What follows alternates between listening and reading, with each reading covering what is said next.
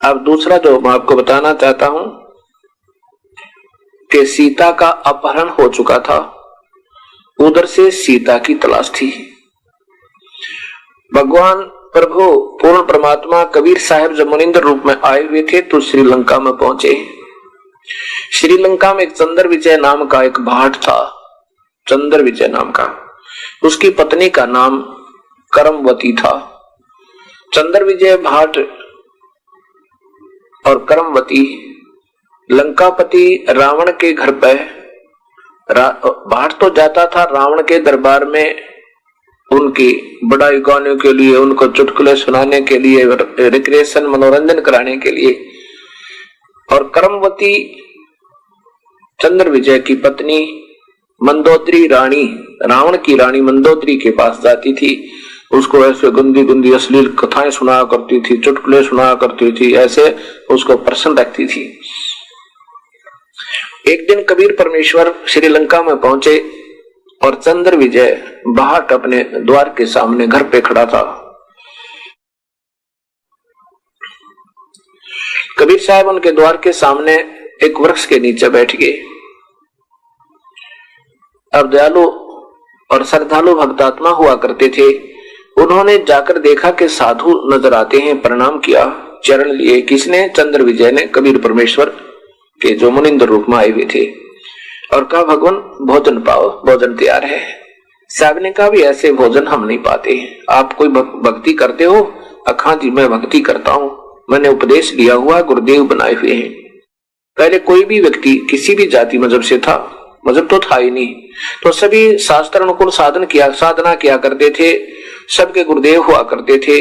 वो गुरु लोग सदभक्ति जितना उनको ज्ञान था ब्रह्म तक की साधना ओम नाम से प्रारंभ किया करते थे, अन्य नहीं उलझाया करते थे। सीधा सा भक्ति है, अपना ओम नाम का जाप, अगर ब्रह्म तक की साधना करनी है, गुरु बनावे, गुरु आदेश में रहे, काम करे और भक्ति करे।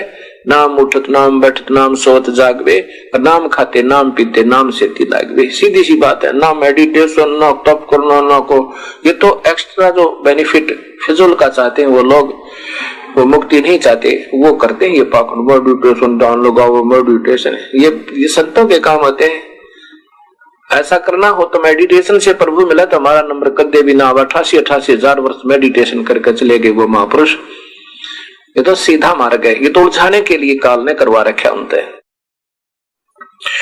कबीर साहब ने कहा कि जो तुम साधना ब्रह्म तक की कर रहे हो ठीक है, वैसे तो आपकी साधना यहां तक तो सही है। जैसे ही आपने मैट्रिक कर ली तो आगे बीए के लिए आगे क्लासेज में जाना होगा, वो गुरु भी बदलने होंगे। और जो साधना तुम कर रहे हो ये काल तक की है, ये काल की साधना जीव को कभी मुक्त नहीं होने दे। ये तो अमृत के स्थान पर जहर समझो। चंद्र विजय को बड़ा झटका लगा, चंद्र विजय को काफी समझाया, काफी सारी सृष्टि रचना सुनाई और उससे वो बहुत प्रभावित हुआ। कहने लगा प्रभु फिर क्या करूं? कि नाम ले भाई, मैं रोटी जब खाऊंगा जब तुम हमारा उपदेश ले लोगे, अन्यथा मैं आन उपासना करने वाले व्यक्ति के घर का अन्न नहीं खाया करता। चंद्र विजय को वो कहानी समझ में आ गई, क्योंकि पिछले संस्कार तगड़े थे, भक्ति युक्त प्राणी था। उपदेश ले लिया और साहेब ने भोजन पाया, साहेब चले गए। कुछ दिनों के बाद फिर आए। अब उसने चंद्र विजय ने अपनी पत्नी करमवती से कहा कि हम जो साधना करेंगे पूर्ण नहीं है और मुझे परमात्मा स्वयं आकर मिले समझो। और उन्होंने सारी कहानी बताई और वो फिर आएंगे कह के गए हैं। उन्होंने कहा था तब तक अपने परिवार को तैयार कर लेना। कबीर साहब दोबारा आए तो 16 के 15 और परिवार के सदस्य थे। 15 के 15 ने, यानी करमवती ने, उसकी पत्नी ने, बच्चों ने, बच्चों की पत्नियों ने, लड़के ने, लड़कियों ने, सबने उपदेश ले लिया। 16 सदस्य थे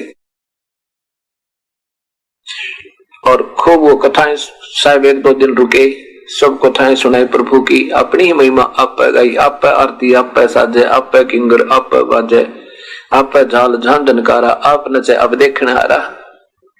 कहे कबीर ऐसी आरती गाऊं, आप मध्य आप सुनाऊं। ये सब कथाएं सुनाने लगे, सब कहानियां सुनाई। तुम कैसे थे, वहां रहा करते थे, सतलोक में तुम मेरे बच्चे हो, या तुम इस काल के फंस गए बेटा, तुम फिर चलो मेरे लोक में, तुम सभी मेरी आत्मा हो।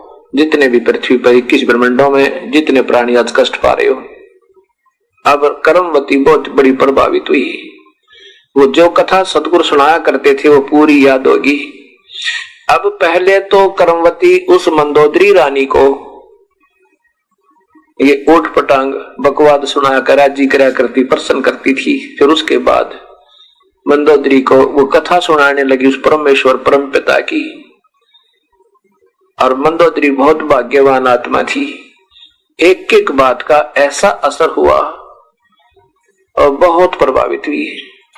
मंदोदरी ने कहा कि कर्मवती तू वो कर्मवती नहीं, अब तेरे में तो बहुत चेंजमेंट, बहुत बदलाव आ गया, बहुत परिवर्तन हो गया, तू तो सारी तो बदल गई।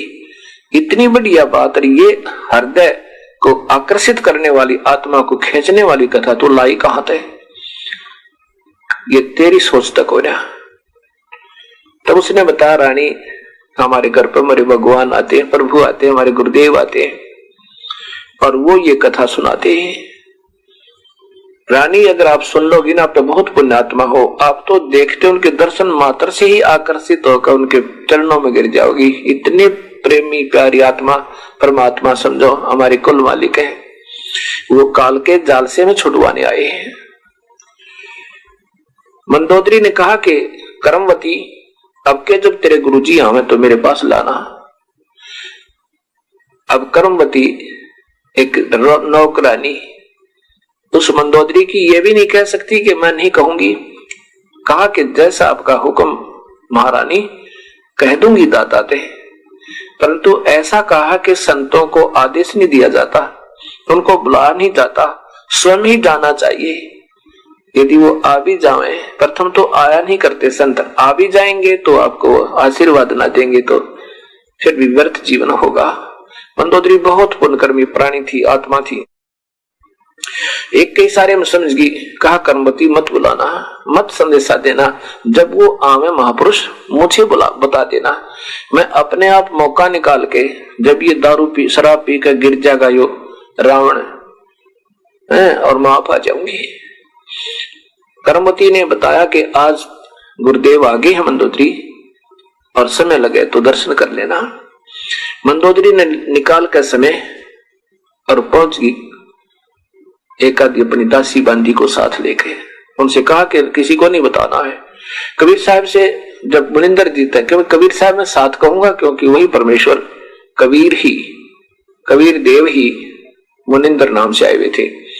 जब सुनी उस परमेश्वर के मुख से वो चर्चा सत्संग की, पूर्ण परमात्मा की कथा फिर सुनी, सृष्टि रचना, गदगद होगी मंदोदरी और चरणों में गिर गई। कहा प्रभु इस दासी पर भी दया करो। कबीर साहब ने कहा वे ठीक है बेटी नाम ले ले। तो मंदोदरी ने कहा कि मालिक मेरे पति नहीं मानते, वो तो बहुत शराब पीते हैं, मांस भी खाते हैं। कबीर साहब ने कहा बेटा ये 2 दिन का संपर्क है पति और पत्नी का, ठीक है, ये अपना पिछला संस्कार पूरा करो। मान जाता है तो समझाने की पूरी चेष्टा करो, क्योंकि आपका और उसका एक आजीवन संबंध है। उसको मनाने की पूरी चेष्टा करो, ये सत कथाएं सुनाओ उसको, और हो सके वो मान जावे। मंदोदरी नाम ले लिया, खूब डट को भजन करे, और फिर अपने देवर विभीषण से कहा कि विभीषण भगवान आए हैं, पूर्ण परमात्मा आए हुए हैं, उपदेश ले ले। विभीषण जो है वो बहुत धार्मिक व्यक्ति का था, मांस मिट्टी शराब कभी नहीं खाता पीता था। बाकी सभी रावण के भाई और पुत्र और सब मांसाहारी और शराबी व्यक्ति थे। विभीषण कभी नहीं मांस मिट्टी खाता था, ना शराब पीता था। विभीषण ने अपनी भाभी मंदोदरी के कहने से पूर्ण परमात्मा कबीर साहब का उपदेश ले लिया, मुनिंदर जी से नाम उपदेश प्राप्त किया। अब दोनों के दोनों बहुत ही श्रद्धा के साथ गुणगान उस परमेश्वर के रोज नाम जाप करें। एक दिन मंदोदरी ने कबीर साहब से कहा, मुनिंदर जी से कहा कि हे दाता मेरी एक अर्ज है आपते, आपके बिना मेरे दुख का निवारण कोई कर नहीं सकता। कबीर साहब ने कहा बोलो। मुनिंदर जी ने कहा बोलो बेटी क्या बात है? कि मेरा पति एक किसी औरत को उठा लाया है और मैं उसको बहुत समझाती हूँ, लेकिन वो जालिम मुझे मार पीटता है, बुरी बुरी गालियां देता है और कहता है कि इसने इसके देवर ने और इसके पति ने मेरी बहन की नाक काटी थी, इनको नचा नचा के मारूंगा। तब कबीर साहब ने कहा, बेटी इसको समझा दे, वो आम व्यक्ति नहीं है जिसकी पत्नी उठा लाया है, इसके तो औले दिन लग गए, इसके तो कुदिन आ गए, विनाश नजदीक है इसका। ये त्रिलोकी नाथ है, स्वयं विष्णु आए हैं। यदि ये अपना जीवन को संभाल लेगा, मान जाएगा तेरी बात और नाम ले लेगा मेरे तें, तो इसके प्रारब्ध को मैं चेंज कर सकता हूं और सीता को वापस देना होगा।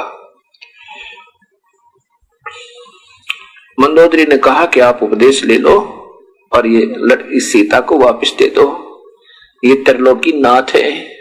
तो मंदोदरी के ऊपर बहुत नाराज हो गया रावण, कई गालियां सुनाई कि तू क्या समझती है बदमाश, क्या मैं उन दो मांसाहारी मस्करों से डर जाऊंगा? शिकार करते फिर वो दो लौंडे, मेरे पास 1.25 लाख, 1 लाख मेरे पुत्र, 1.25 लाख रिश्तेदार, कुंभकर्ण से भाई हैं, और मैं रावण पूर्ण शक्तिशाली, और साथ में तू क्या मुझे क्या समझाती है नादान? उसको उनको मजा चखाऊंगा मैं। मंदोदरी ने बहुत समझाया लेकिन नहीं माना। कबीर साहब ने से आकर के मुनिंदर जी से मंदोदरी ने कहा कि प्रभु मेरी नहीं मान रही, मुझे तो बहुत बुरा कह रहे हैं, आप कृपा बख्श दो मालिक। एक बार मेरी प्रार्थना से एक बार आप अगर जाओगे तो मान जाएगा आपकी। मंदोदरी की प्रार्थना पे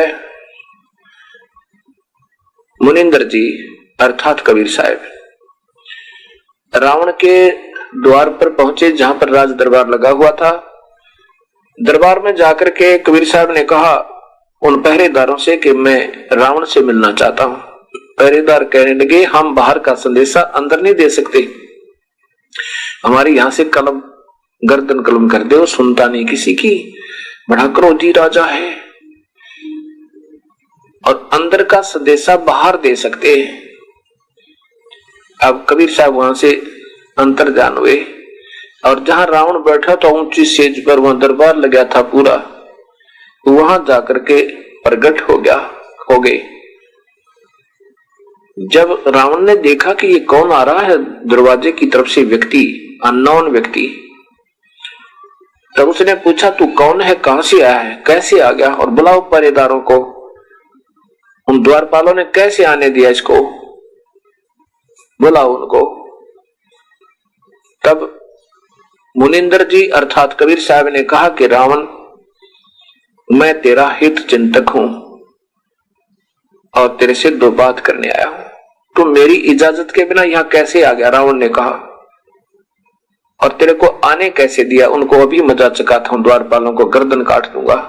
तब मुनिंदर अर्थात कबीर साहब ने कहा कि तुम्हारे द्वारपालों का कोई दोष नहीं, उन्होंने मुझे अंदर आने से रोका था और मैं वहां से अंतर्ध्यान हुआ और यहां प्रकट हो गया। ऐसे साहब एक बार अंतर्ध्यान हुए रावण के सामने और फिर दृष्टि गोचर हो गई कि ऐसे मैं वहां से उनके सामने से अंतर्ध्यान होकर यहां प्रकट हो गया, उन्होंने नहीं देखा मुझे अंदर आते हुए, वो निर्दोष है। कबीर साहब ने सोचा ये राक्षस उनको मार डालेगा। तो रावण ने कहा कि तू फिर आ कैसे गया? मैं तेरे से कुछ बात करने आया हूं। रावण ने कहा क्या बात करना चाहता, बोल तू। परमेश्वर ने कहा कि तू इस सीता को वापस दे दे, तेरी मौत है, और पर नारी को अपहरण करना इससे बड़ा जुल्म नहीं होता। मैं आपसे प्रार्थना करने आया हूं, तो इसको वापस दे दे। रावण ने कहा कि पहले तो मैं तुझे मजा चखाता हूं, पीछे मुझे शिक्षा देना। निकाल कर तलवार और कबीर साहब के ऊपर इतना गुस्से से, क्योंकि 1 नंबर का योद्धा जो 100 मटके दारू पीवर 100 जोटों का भैंसों का मांस एक बार खावे, उसमें कितनी शक्ति होगी विचार करना।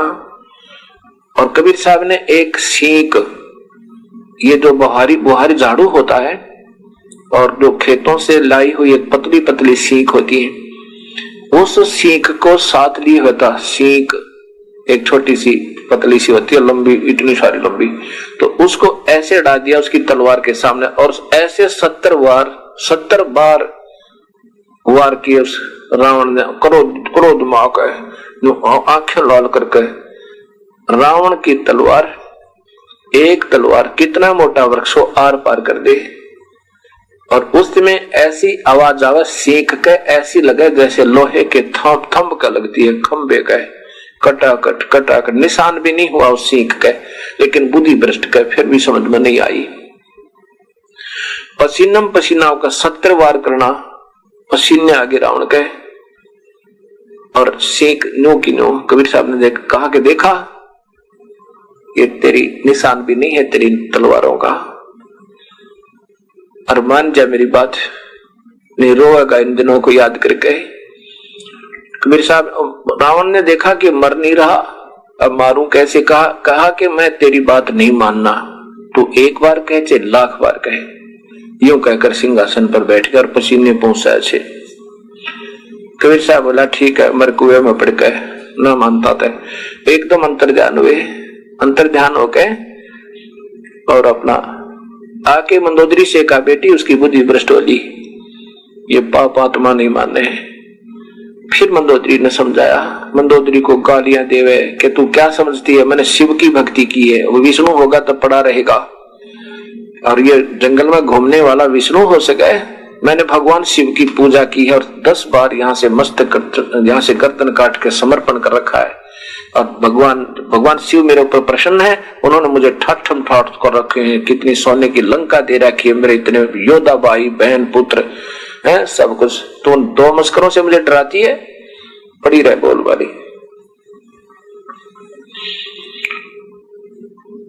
कोई बात ना, बात कबीर साहब चले गए। क्या होता है कि हनुमान जी ने, अब देखो, हीट एंड ट्रायल मेथड से सीता की खोज हुई। कोई पूर्व में ढूंढ रहा है, कोई पश्चिम में, कोई उत्तर में, कोई दक्षिण में तलाश कर रहे हैं, जैसे किसी की गाय गुम हो जा और ढूंढते किसी का हाथ लग जाए, ऐसे तो सीता की खोज हुई। तो समर्थता का यहाँ प्रमाण आपके सामने आएगा कि भगवान श्री राम कितने समर्थ हैं, क्योंकि काल इन सबको नचा रहा है।